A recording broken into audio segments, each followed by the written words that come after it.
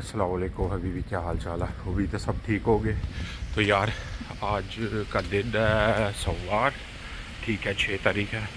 तो मेरी डॉक्टर के पास अपॉइंटमेंट है, वहाँ पे जा रहा हूँ। और मस्तानी जो है वो इधर खड़ी है, आप लोगों को दिखाओ।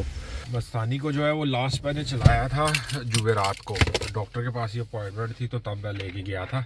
तो वैसे तो देर हो चुकी है, कोई मसला नहीं, निकलते हैं। तो आगे आप लोगों को दिखाता हूँ क्या डॉक्टर बोलता है।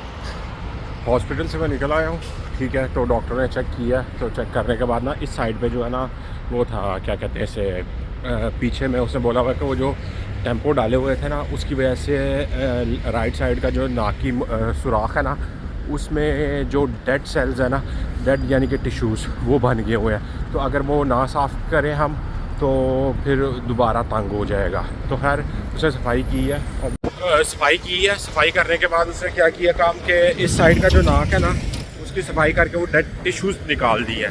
तो अभी फिर जुमे को बुलाया है, जुमे को बुला के उसे बोला कि जुमे को आना, जुमे को जो है ना तुम्हारी फिर दोबारा सफाई करेंगे और चेक करेंगे कि कितना बेहतर हुआ है।